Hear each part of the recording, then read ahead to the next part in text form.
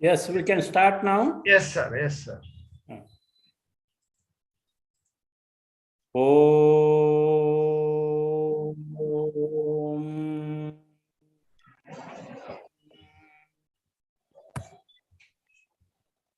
O hidden life, vibrant in every atom. O hidden life, vibrant in every atom. O hidden light, shining in every creature. O hidden light, shining in every creature. O hidden love, embracing all in oneness. O hidden love, embracing all in oneness. May each who feels himself as one with thee. May each who feels himself as one with thee. Know he is also one with every other. Know he is also one with every other. Shanti, Shanti. Shanti, Shanti. Shanti. Thank you. Thank you. You go ahead, Pradeep, now. Yes, sir. As you all know, this is Indian section platform. I once again welcome you to this platform. And we are going through the very important chapter of book T.S. Manual, Death and After. As you know that the human body, human being is just tip in the iceberg. So there are many more which is invisible and behind the scene. And the speaker today is Brother Shekhar Agnihotri. No need of instruction as he has already completed the part 1.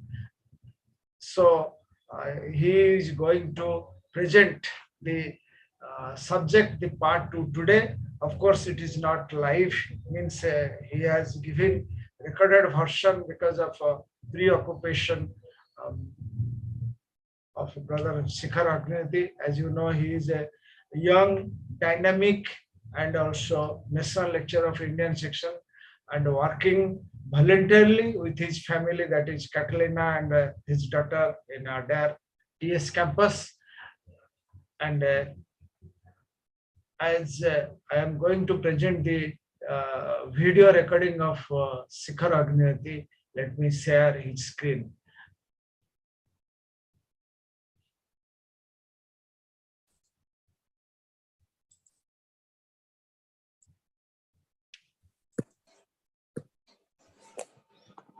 Namaskar.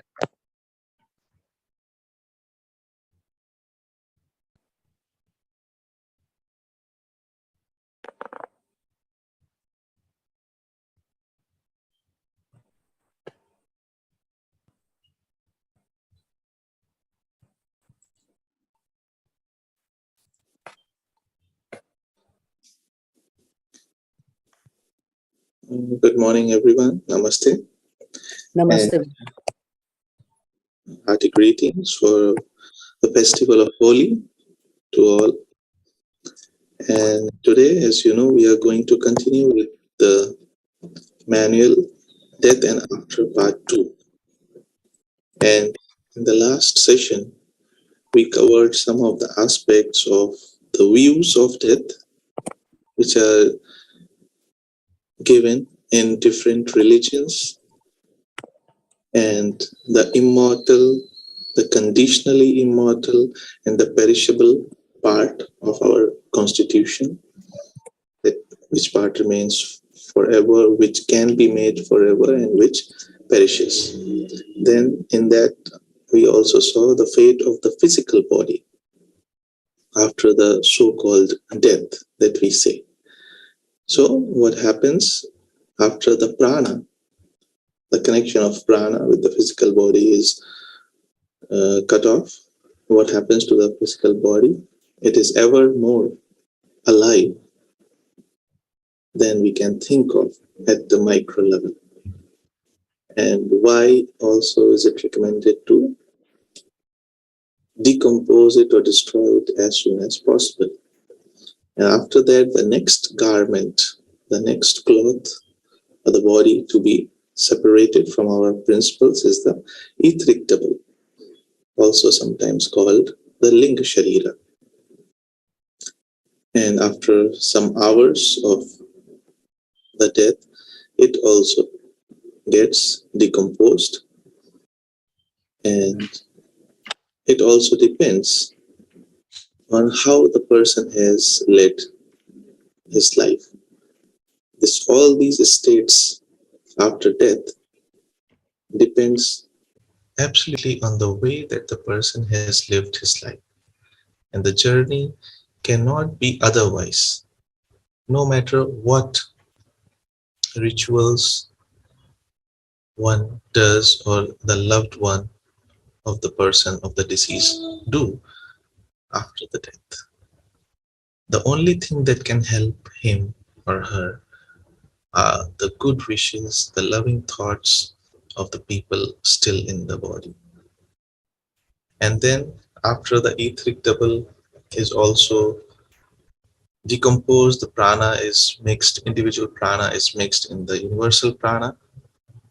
And then the principles, we are in the Kamalok, and we saw in Kamalok that there are a number of entities in the Kamalok. Not just the people who are dead, but in this book we only concentrated on the people who have passed from physical plane to the astral plane or Kamaloka. So from here on, today what we will be studying is that what are those causes, what are the reasons which affect the life of or the life duration of the individual in the Kamaloka. What are the dangers of the mediumship, which sometimes people think of? What are the dangers of desire of meeting the people who are departed? And then what ways are there in which we can help rather than prolong the journey of the people who are dead? And then how, after passing from astral plane, the Kamaloka, the Jeev, the individual, goes on in Devachan. And what is Devachan? It is not just any other heaven or Swarga or Jannat that people believe, but what is also the purpose of Devachan. So now we are at that stage when the etheric double is also dissolved and the entity is in the Kamaloka. At this stage of journey, the lower manas is still, it desires, if the person has not overcome the desires, the karmic gratifications while being alive in the physical body, nothing will change after so-called death. All those desires, all those aspirations, all those jealousies, emotions, everything will remain the same, and the lower mind would like to have an experience, continued experience of those. So it is drawn back to the people with similar vibrations on the physical plane. But HPB said that there are two periods in which, between the physical death and the merging of the spiritual ego into that stage, what is known as bardo, like after the death and before the spiritual ego goes into pre-devachanic unconsciousness. There are two periods in which the contact can be made with the people who are passed on, basically when they are in Kamaloka. So sometimes some of the communications is made by the mediums. And these mediums, they think that they are helping the people who are suffering, who have lost their loved ones, and they are being kind to them. But this is actually a cruel kindness. Why? Because it delays the forward evolution, the forward journey of the jiva, of the entity. And it introduces an element of disharmony into what should be a smooth journey in case of a good person who has lived his life in a good manner. So it's just like I have to go from A to B, from Lucknow to Mumbai, and I'm going by road, let's say, and at every stop, my parents, my family are calling me on the phone. They are missing me so much, crying and everything. So at every station, I might have a very strong feeling to get down of the train, bus, or whatever, and go back. Or even after reaching the destination, I would like to come back. So what happens? The journey that should have been smooth and peaceful from one place to another, or in this case, one consciousness to another level of consciousness, it becomes disharmonious, a very much struggle. And then in this case, the entity feels a strong urge to come back. And thus the time in Kamaloka is lengthened, that is increased.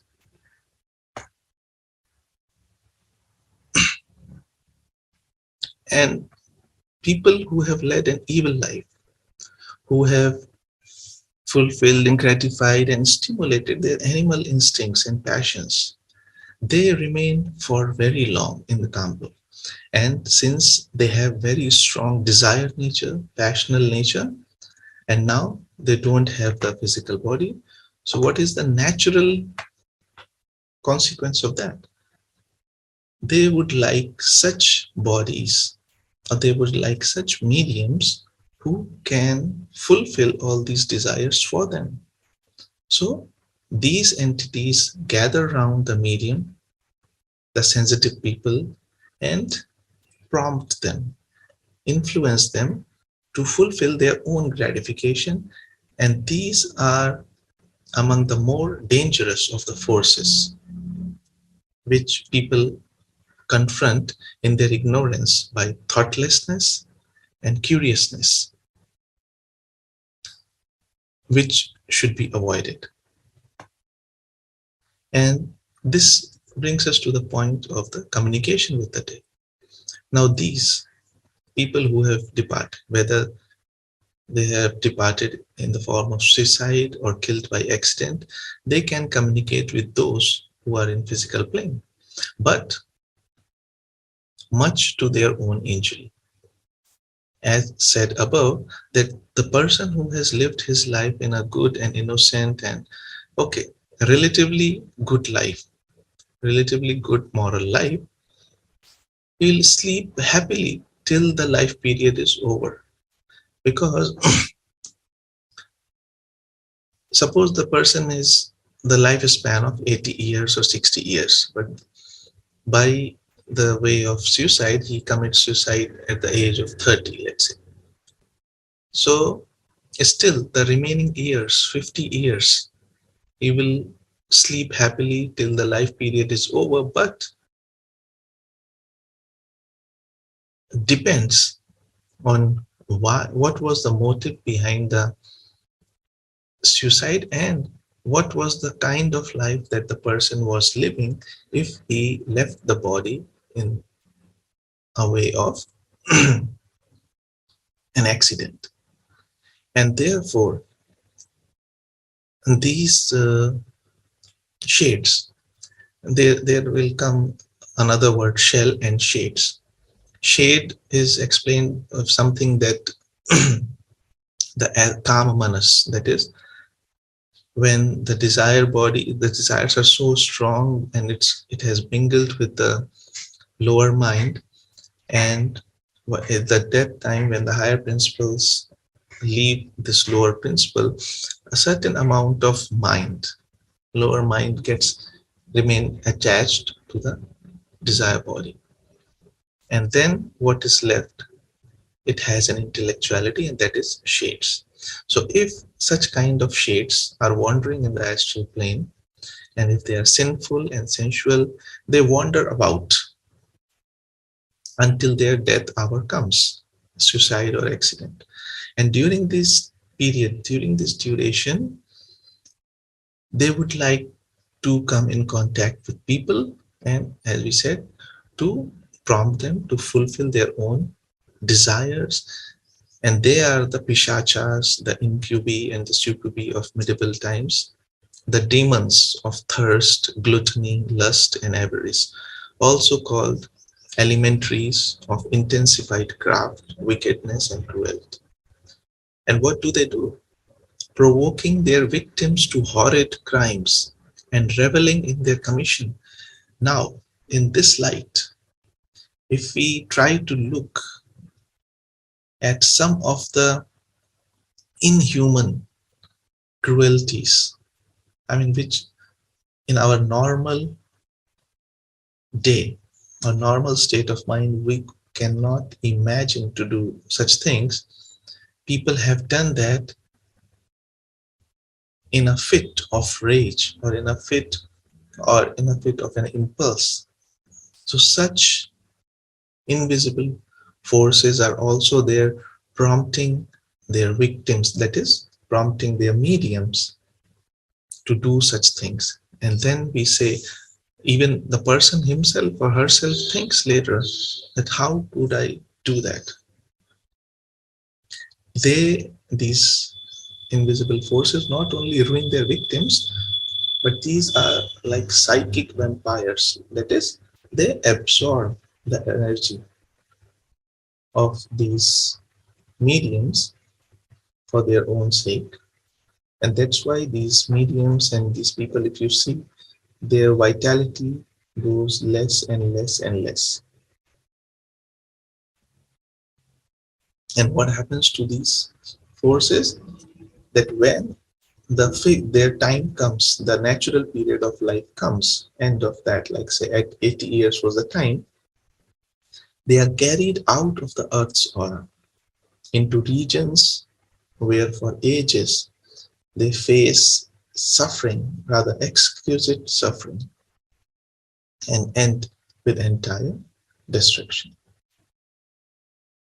So that is why it is said that suicide or death by accident is considered very evil or not good or unfortunate, because of course it depends on the kind of life the person has lived, but still in such cases these things happen. And another class of disembodied, what we just talked about, the suicides, as I said, their fate in Kamloka depends why the suicide was done, because not all suicides are done to avoid the consequences of their karma. Because suicide, although they are not completely disconnected with their Atma and Buddhi, but they are quite strong and potent in the seance rooms, that is where the mediums call the spirits. Because the sixth and seventh principle in such cases are separated from the lower principles by a gulf, and they remain passive and negative. Whereas in case of accidental death, the higher and lower groups actually attract each other if the person has led a good and innocent life. Because the victim, whether good or bad, is irresponsible for his death in the case of accident, even if his death was due to some action in a previous life or a previous birth or just before this birth. It was an act of the law of karma. Still, it was not the direct result of an act deliberately done by the personal ego of that life during which he happened to be killed. And had he been allowed to live longer, he might have atoned or changed or worked upon his sins more effectually. And that is why nature is so compassionate that even if the person dies in accident due to law of karma,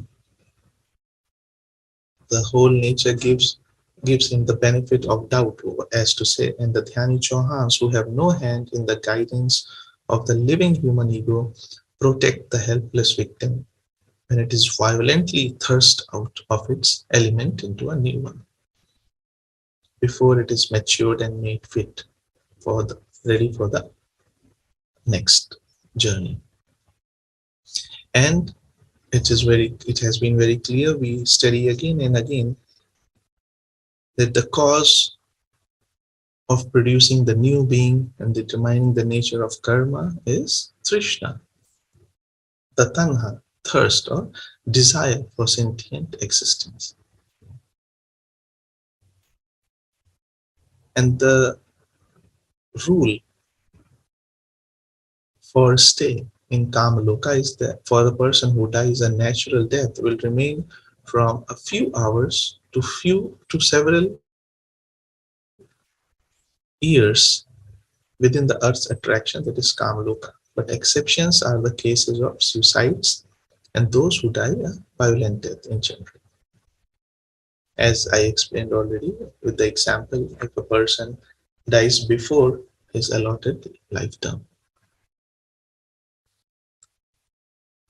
then a question may arise that whether this is out of the subject that we are studying, that it means all the accidents that happen or people die are not in their karma. No, they are in their karma also, but many times also, as we know that the law of karma is a dynamic thing. It is not a fixed or a dead letter word thing. With every act of the life, currently we keep changing our collective karma. So if there is a situation that arises in which now the person is caught and cannot be removed from that situation in an accidental or natural disaster situation, and if the person dies, a lot of the negative karma of that person is compensated with that kind of death. And the nature, as we studied in that sense, helps if the person has been living a good life, that he will sleep in that during all that duration and will be helped by the invisible helpers. And it is a very sorry state to those these bodies, the people who have departed, whose desire will attract them to the mediums. And that is why it is said that desirelessness or vairagya, or as Buddha in his Four Noble Truths has said, that the desire is the cause of suffering. Because if we do not work on it while we are alive, we cannot do it after we left the physical body.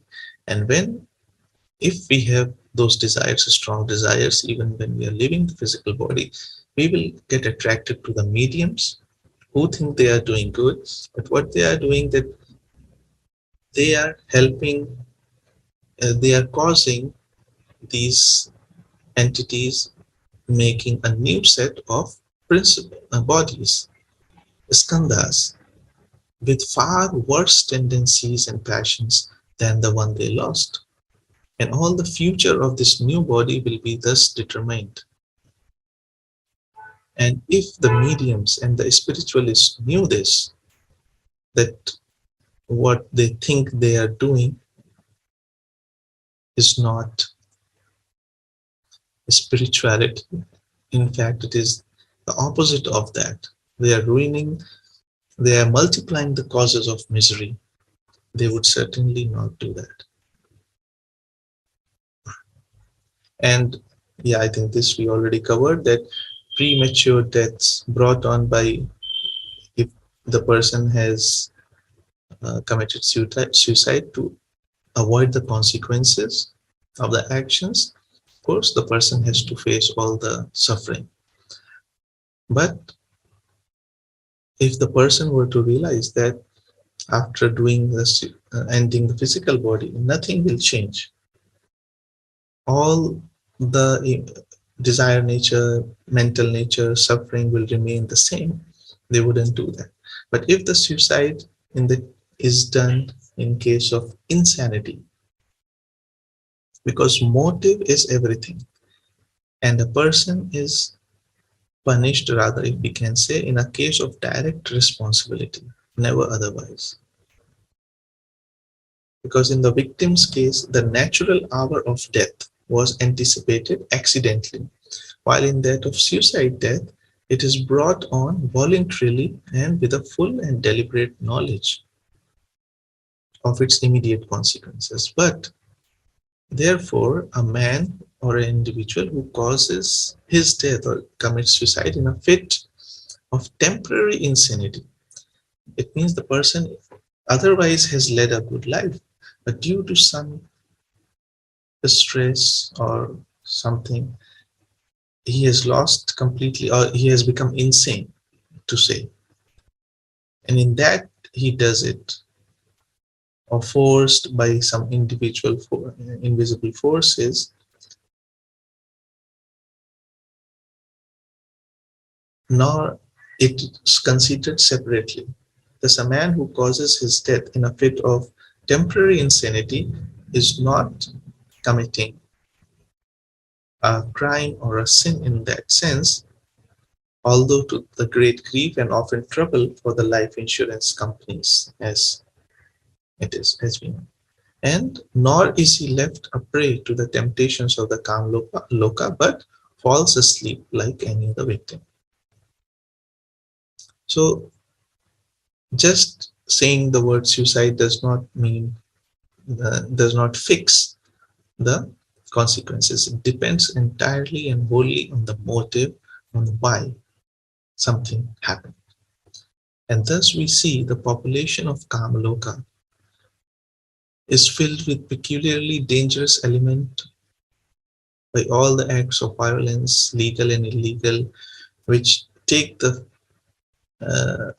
which wrench the physical body from the soul and send the latter into Kamloka, covered in the desired body and throbbing with the pulses of all the emotions.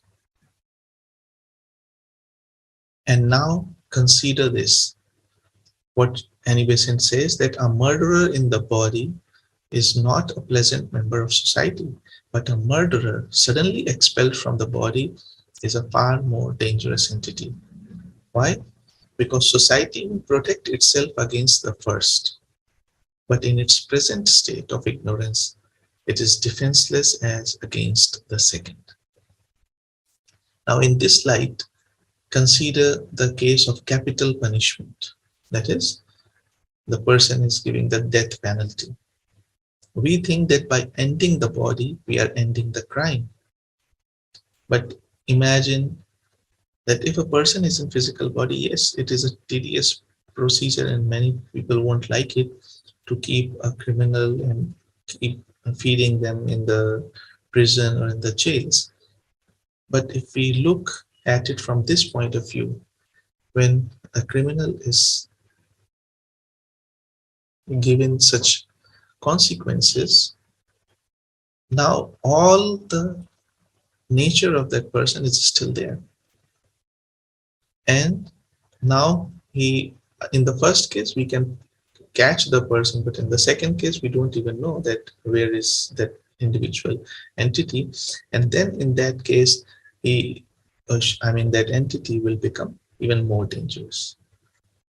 And finally, once all these um, desires and all these aspects, the vibrations are exhausted, the immortal triad, that is Atma, Buddhi, Higher Mind, sets itself free from the desired body.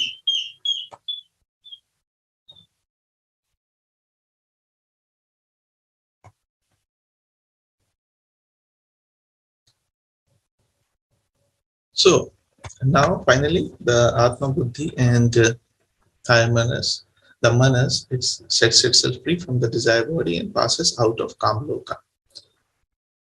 And the higher manas draws back its ray and carrying with it all the experiences gained through the personality that it has informed, it has lived in. But when now the very important thing that happens in here is when the triad has left Kamaloka, it passes wholly out of the sphere of Earth's attraction. And as soon as it has stepped outside, it has crossed the golden bridge, so to say, leading to the 7 golden mountains, the ego can communicate no more with the easygoing mediums. Now the person is going in the Devachana, or we can say in the mental plane. Although there are some exceptional possibilities of reaching such an ego, that will be explained later, but the ego is not out of reach of the ordinary medium and cannot be recalled into the earth sphere. But the possibility of the person on the physical plane who is still alive, so to say, raising one's consciousness and contacting such ego is still there, as sometimes happens in the dreams. But as the triad has left the Kamaloka, what is left behind is an astral corpse, or just like we call a physical dead body a physical corpse, what's left behind is an astral corpse, which is called shell. And the shell is basically the desire body emptied of the triad, that is the Atma Buddhi Manas now has left it, which has moved onwards, and it is the third of the transitory garments of the soul. The physical body, the etheric body being the first two. They are cast aside, and now the shell is left in the Kamloka to disintegrate. And what is the fate of the shell? As we discussed the fate of the physical body, the etheric double, now the fate of the shell. Again, okay, this depends wholly on the kind of life the person has lived. When the past earth life has been noble, or even when it has been of an average purity and utility, this shell retains excuse me, little vitality after the passing of the triad, and it rapidly dissolves. And its molecules, however, retain during this process of disintegrations the impressions made upon them during the earth life. And the tendency to vibrate in response to the stimuli constantly experienced during that period. That is, we all know the habitual habits, the automatism of the body. Once a kind of vibration is received and the body gets a particular vibration, there is a tendency to repeat that vibration.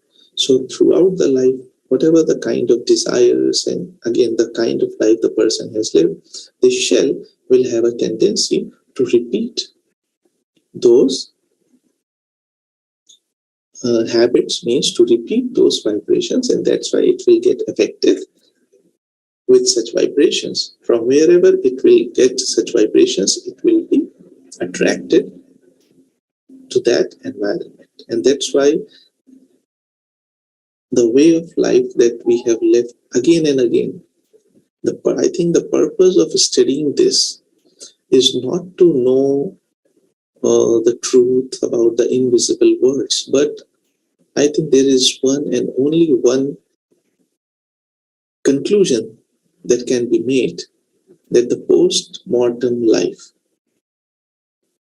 depends entirely and wholly on the kind of life that we are living here on the physical plane before the so-called death. Maybe we don't know what will happen and how, but since we know that the nature is governed by the laws, and what we study are very logical and as per some laws. So again and again it is impressed on us that the kind of life that we live here will determine the kind of journey and the life that we take after the death. So again, similarly, the shell that is left in the astral plane will respond to all the vibrations that it has received. So this automation, this remains, this habit, and again it will be attracted to seances that these shells are attracted to. And where will they first be attracted to?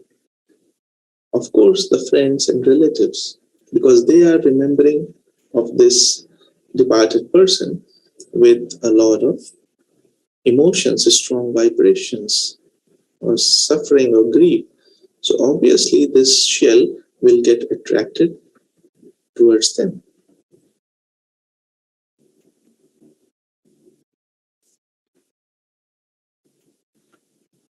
And in cases where the lower manas during the earth life has been strongly attached to material objects, this, before we talked about a person who has lived a noble or an averagely good life, but suppose there has been an individual who is very strongly attached to material objects and to intellectual pursuits,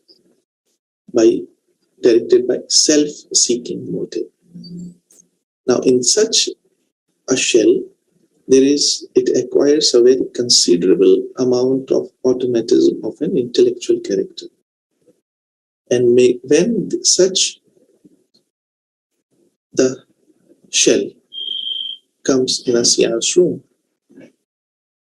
it may give responses of very considerable intellectual merit, but still those answers will be non-original, and the apparent intellectually will only give out reproductions, not something beyond that the person knew during the life, the mind of the person knew during the life. And that is why now we can very clearly understand that whoever is coming to such communication in seances does not know better than the person who died, right? So they are not all knowing spirits as we would like them to be, but they are basically the astral dead bodies or astral corpse of the people who have died. And therefore, there is an ever-present danger in this communication with the shells. Because just because they are shells and nothing more, they answer to the impulses that strike on them from without. And they easily become malicious and mischievous, automatically responding to the evil vibrations. Thus, a medium or the people who gather together in such a process of poor moral character will impress the shells that flock around them with the impulses of a low vibration. And any animal desires, petty and foolish thoughts, will set up similar vibrations in the blindly responsive shells. So now what is happening? These people are affecting that shell, and the shell is affecting these people, and then they are basically multiplying such vibrations. And then again, there will be consequences, and the law of karma will take its own course. And such shells are also very easily taken possession of by elementals, which are the semi-conscious forces working in the kingdoms of nature, and may be used by them as a convenient vehicle for many pranks and tricks, which people who attend such seances, or sometimes even what we call as haunted houses, or somewhere where some tragedy has happened, a lot of those stories are just made up, fake. But yes, there are such things, and they will play tricks on the people who come to stay there, like pullings of hair, pinchings, slaps, throwing about of objects, piling up of furniture, playing on accordions, etc. So they are not done by the spirits of the deceased, but rather they are the actions of these elementals who have taken position of a shell, and through that they are doing it. So what is our duty in such cases? That let us leave the shells alone to peacefully dissolve into their elements and mingle once again in the crucible of nature.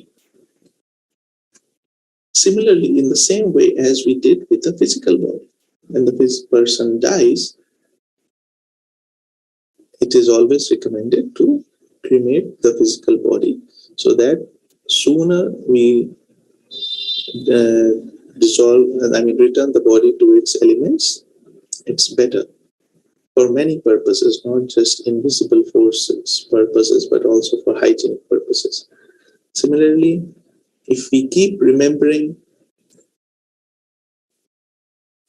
the deceased with sense of suffering, grief, and which is basically an indication of us being selfish. Because yes, it is a stage that we have lost our loved one. But if we really love that person, that individual, and now we know these signs, we should probably be praying and wishing for their smooth and peaceful onward journey rather than thinking of them with suffering and pulling them back towards us and prolonging their stay. Okay, once they have gone beyond, even the shell that remains will get attracted and do some things and become an elementary. And the word elementary has been very loosely used, and Besant says that it has given rise to a good deal of confusion. So what does HPB says about elementaries? She says properly, the disembodied souls of the depraved. These souls, having at some time prior to death separated from themselves their divine spirits, and so lost their chance of immortality. Now, this is the case that very rarely is talked about. And we may not even think that it is possible, because we think that we are the sparks of the divine, so no matter what, we will realize one day. But that's why some of the philosophers have mentioned that not everybody is immortal. People have to earn their soul or the spirit. Why? Because of this person. Reason, what she's saying is that if a person has lived really, really, really evil life and there is not even a slightest shade of goodness in the life, which is actually a very rarest of the rare case. That's why it is not talked about so commonly. In such a case, the personality has become so strong that the kama manas, that it separates itself from the higher principles, that is Atma and Buddhi. Because now there is no opportunity of redeeming this. It has gone so down in the mire that it is almost impossible to recall it, although there are exceptions. So once this happens, now this is this entity living, if the person is alive, with a physical body, with Rigdabal, Prana, Kama, Manas.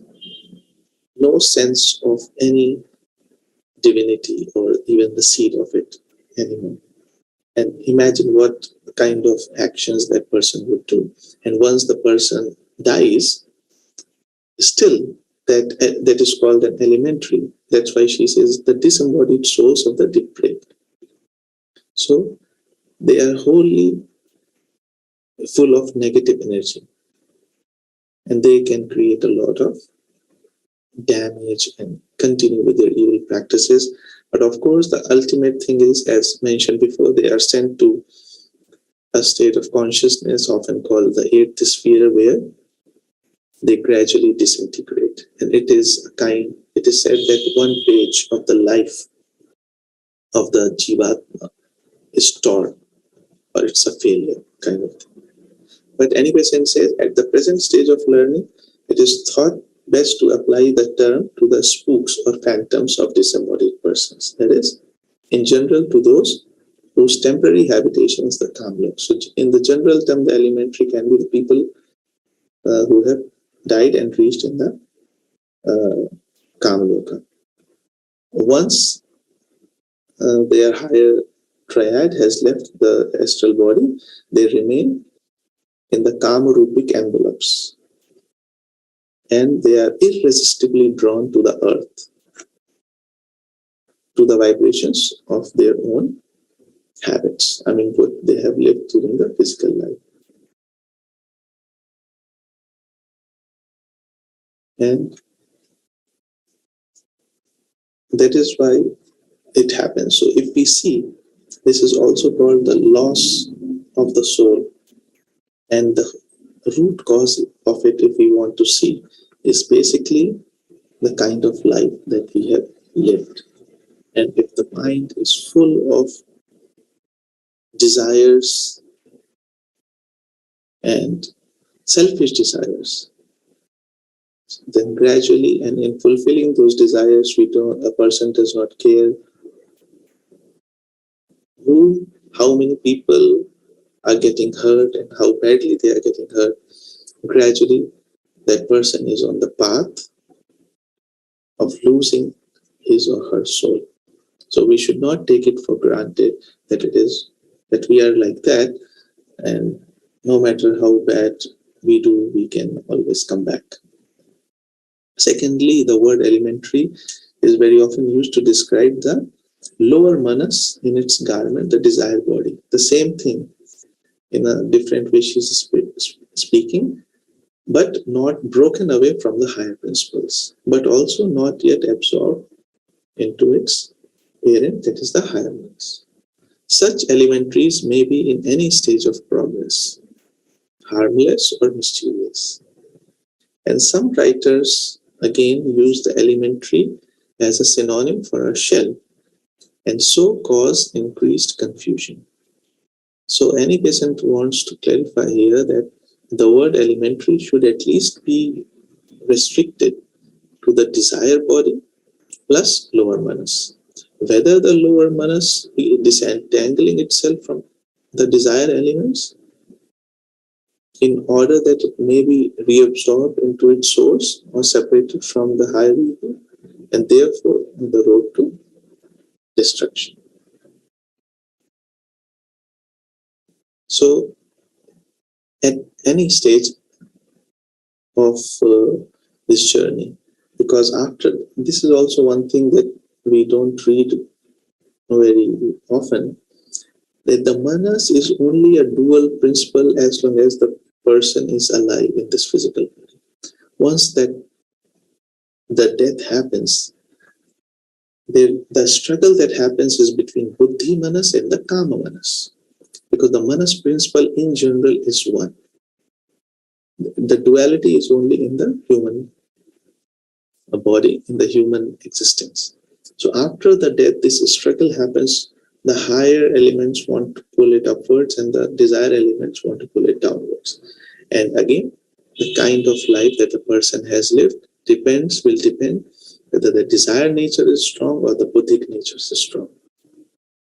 And thus, this struggle will end up either in the complete disentanglement of the mind from desire, or the complete disentanglement of lower mind from the higher mind, and the loss of soul may be the consequence. Or there will be many degrees of situations in between.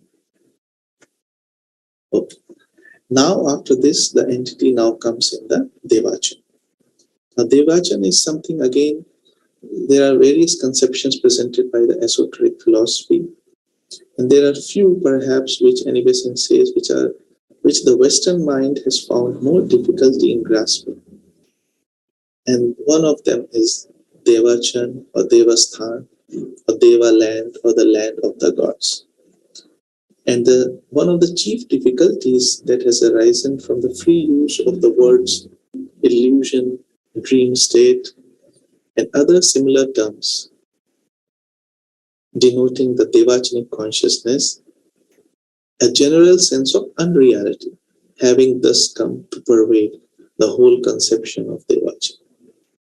So Devachan, people tend to compare it with some heaven where the good deeds of the person are compensated. But also, as she's saying, that many people think that it is just an illusion, and it is difficult for especially a Western mind to understand this concept. But then Annie Besant asks, what is illusion? Illusion is something that is farther and farther away from the truth or from the reality. So now that we are studying this constitution of a human being or the planes, we all study that the truth or the reality is at the subtlest level, let's say Atmic level in this case, then Buddhic level, then Manasic level, astral level, the desire, and the physical plane. So we are calling this physical plane a reality. And we are calling the dream state, the real dream state, the deep sleep dream state, which is of mental level, higher mental level, an illusion.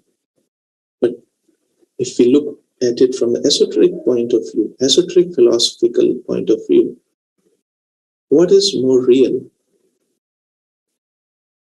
Many times the dream that we have are much more real than this, our physical plane existence. And thus, the another definition or benchmark of reality is the thing that is more, relatively more permanent.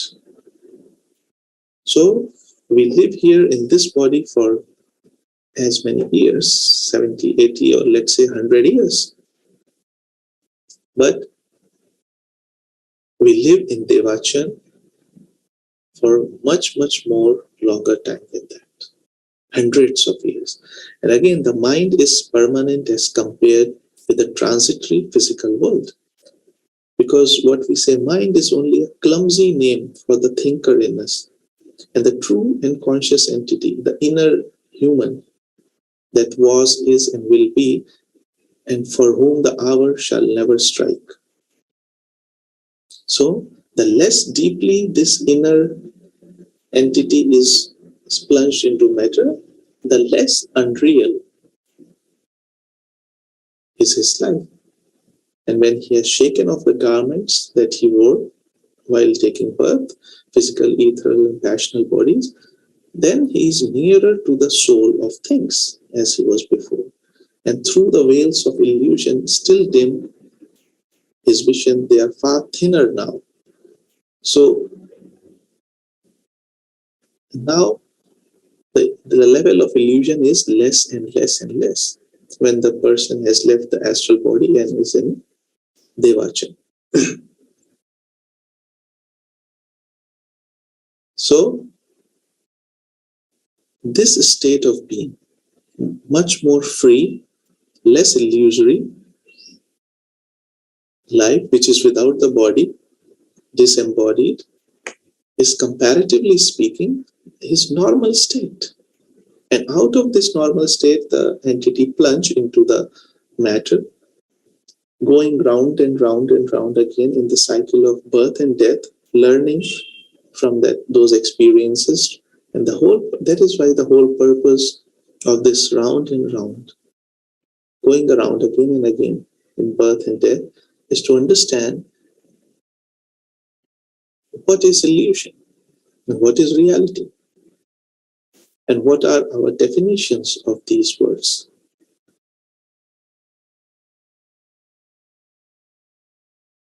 So that's what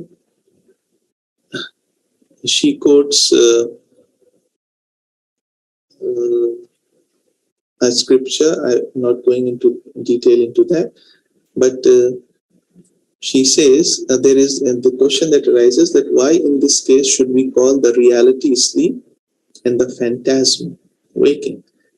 This comparison was made by me to facilitate your comprehension from the standpoint. She has quoted from one of the Mahatmas, and the last line is, from the standpoint of your terrestrial notions, it is perfectly accurate. Besant says, note the words, from the standpoint of your terrestrial notions, because they are the key to all the phrases used about Devachan as an illusion. Our gross physical matter is not here.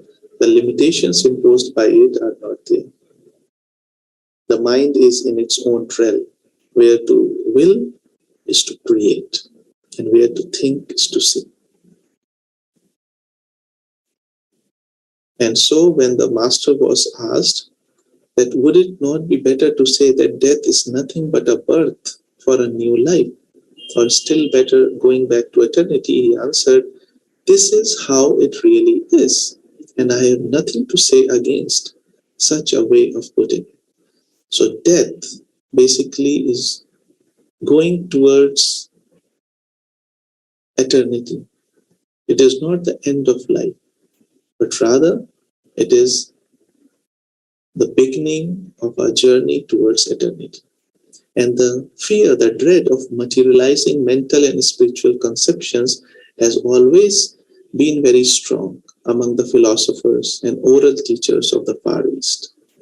Their constant, the comparison between East and West, she says, their constant effort has been to free the thinker as far as possible from the bonds of matter, even while he is embodied. To open the cage for the divine swallow, even though he must return to it for a while. They are ever seeking, that is, to spiritualize the material. In the East, they are ever seeking to spiritualize the material in the East, while in the West, the continual tendency has been to materialize the spiritual. And that's why we can observe the difference in approach of the mind. Of course, it's a general statement, does not apply to everyone, but it gives the hint of the different approach that are taken.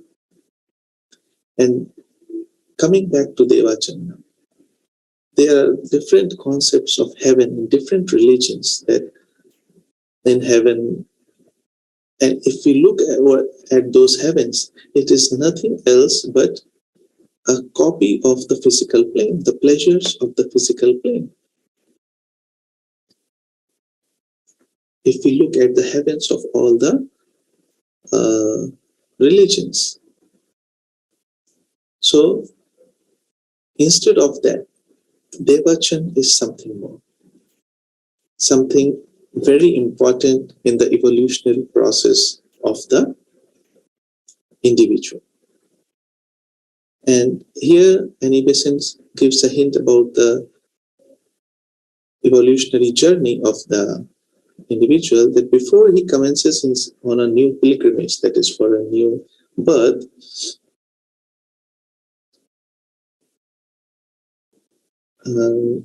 because he has taken many pilgrimages, many births behind in the past, he is that individual is a spiritual being, and who has evolved in the previous, through the previous experiences in the intellectuality, and trying to go beyond the veils of illusion put on by the veils of matter. And the whole object of cycle of incarnation, as we just discussed, is to go beyond that illusion, and this happens slowly also in Devachan. How it happens slowly and gradually, by again and again the experiences, the gross matter loses its power over him, and it becomes his servant instead of the dictator. And in the partial freedom of Devachan, he assimilates the experiences on earth not just enjoys the so-called heaven, but assimilates the experiences on earth, still partly dominated by them at first, almost completely dominated by them, so that the Devachanic life is merely a sublimated continuation of the earth life. But so in that way, it can be compared to those heavens that we study, but gradually freeing oneself more and more as he recognizes them as temporary. And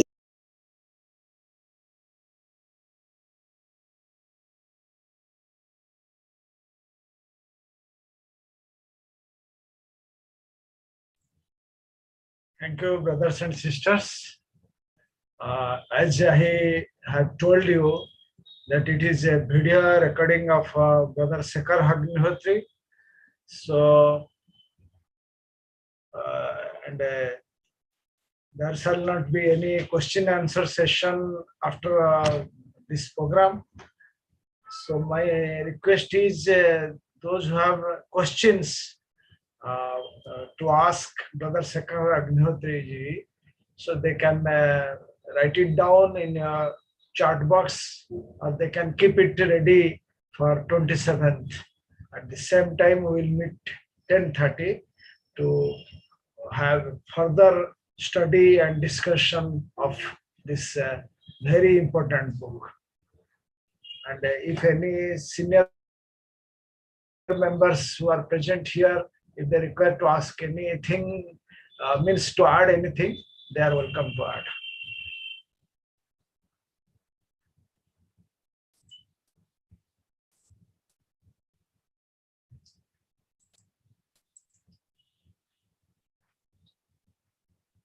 Or else we will close the session because there are other programs of different lodges and branches. They may start soon. So with these words, I convey regard and gratitude to all the members who are present here, and we will meet again on 27th of this month to conclude this book.